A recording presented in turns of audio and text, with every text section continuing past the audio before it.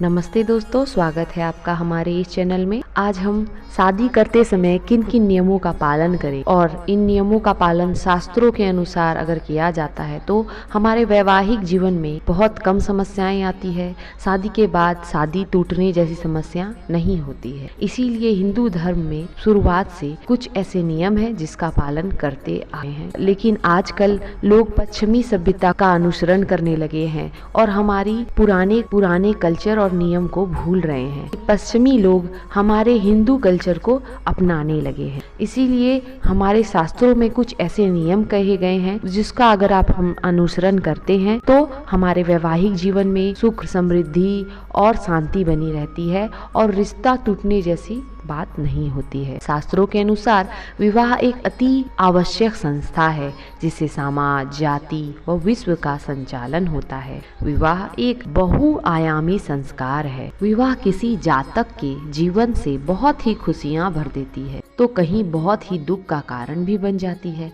ऐसा क्यों होता है? इसका क्या कारण है? विवाह तय करने के दौरान जातक को किस तरह की सावधानियां रखनी चाहिए और उसे अनदेखा अगर कर दिया जाए तो हमें किस तरह के परिणामों को भोगना पड़ सकता है। वैवाहिक जीवन में सफलता के लिए कुंडली मिलान के साथ साथ कुछ आवश्यक जानकारियां भी दी गई है जिसका पालन करना जरूरी है। विवाह तय करने जा रहे हैं तो इन नियमों को नजरअंदाज नहीं करें। प्रथम, गर्भोत्पन्न लड़के या लड़की का विवाह। दोस्तों, अगर आपकी पहली संतान पुत्री या पुत्र है, जो भी है, उसका जन्म नक्षत्र और जन्मदिन के दिन उसका विवाह ना करें। जिस दिन उसका जन्मदिन है और जिस नक्षत्र में वो बच्चे पैदा हुए हैं उस दिन उनका विवाह कराना शुभ नहीं माना गया है। इसीलिए हम लोग उस दिन शादी करने से परहेज करते हैं। एक मंगल कार्य करने के 6 महीने भीतर दूसरा मंगल कार्य नहीं करना चाहिए। अगर आपके घर में एक शादी पहले हो गई है तो दूसरी शादी करने में कम से कम 6 महीने के बाद ही सोचें। पुत्र का विवाह करने के बाद 6 मास के भीतर पुत्री का भी विवाह नहीं कराना चाहिए।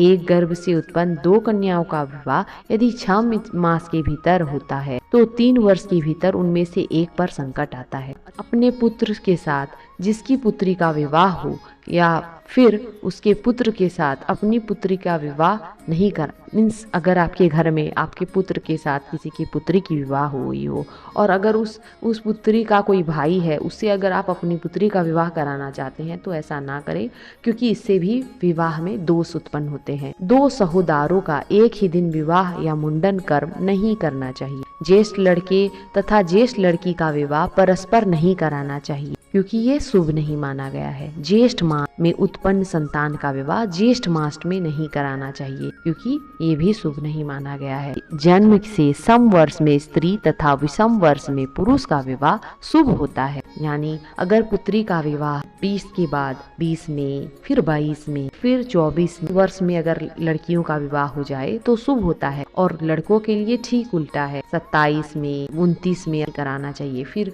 31 में लड़कों का विवाह कराते हैं तो बहुत ही शुभ माना जाता है। इसके विपरीत होने से दोनों के लिए प्रतिकूल होता है। जिन व्यक्तियों की कुंडली में अशुभ ग्रहों की दशाओं में विवाह संपन्न हो रहा है तो विवाह से पूर्व अशुभ ग्रहों के शांति मंत्र जाप और दान अवश्य कर देनी चाहिए, अन्यथा विवाह के बाद जीवन सुखमय नहीं रहता है। इसीलिए विवाह से पहले ग्रह, नक्षत्र, दिन, तिथि ये सब देखकर विवाह संपन्न कराते हैं। जिन जातकों की कुंडली में दाम्पत्य सुख के ग्रह योग अच्छे ना हो उन्हें विवाह लगन मुहूर्त में ही करना चाहिए और विवाह संस्कार लगन की शुद्धि सुखमय दाम्पत्य जीवन के लिए अति आवश्यक है। विवाह के लिए कुंडली मिला रहे हैं तो इन बातों का ध्यान रखें। मीन, वृश्चिक, कर्क, ब्राह्मण वर्ण, मेष, सिंह, धनु, क्षत्रिय वर्ण, मिथुन, तुला, कुंभ, शूद्र वर्ण, कन्या, मकर और वृष वैश्य वर्ण है। तो नौतमा मुद्द हेतु कन्या ब्राह्मणीं च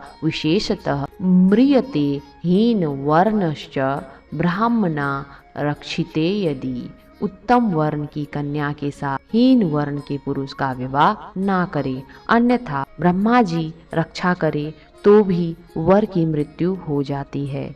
विप्र वर्ण च या नारी शूद्र वर्णे च य पति ध्रुवम भवति वैध्ययम शुक्रस्व दुहिता। यदि ब्राह्मण वर्ण की कन्या के साथ यदि शूद्र वर्ण के पुरुष का विवाह किया जाए तो वह चाहे इंद्र की कन्या क्यों न हो, विवाह के बाद निश्चित ही विधवा योग होता है। विवाह तय करने से पहले इन बातों को भी जान ले।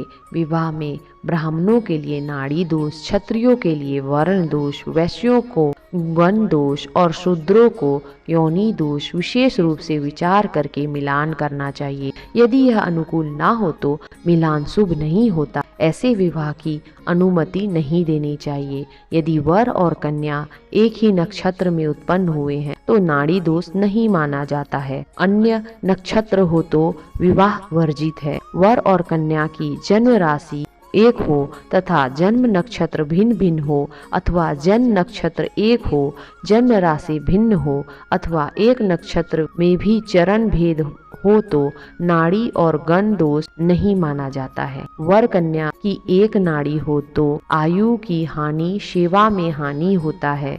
आदि नाड़ी वर के लिए, मध्य नाड़ी कन्या के लिए और अंतय नाड़ी वर कन्या दोनों के लिए हानिकारक होती है, अतः इसका त्याग करना चाहिए। विवाह के समय वर के लिए सूर्य बल, कन्या को गुरु बल और दोनों के लिए चंद्र बल को अवश्य विचार करना चाहिए। विवाह के समय यदि वर राशि के 8वें, 4थे या 12वें सूर्य हो तो वर के लिए हानिकारक होता है और हमें कभी भी अंतर जातियों में भी विवाह नहीं कराना चाहिए। इन सब बातों का ध्यान रखने से वैवाहिक जीवन में या फिर दाम्पत्य जीवन में परेशानियां नहीं होती है। आशा करते हैं कि आपको यह जानकारी अच्छी लगी है। यदि पसंद आई है तो हमारे चैनल को लाइक, शेयर और सब्सक्राइब करना ना भूलें। धन्यवाद।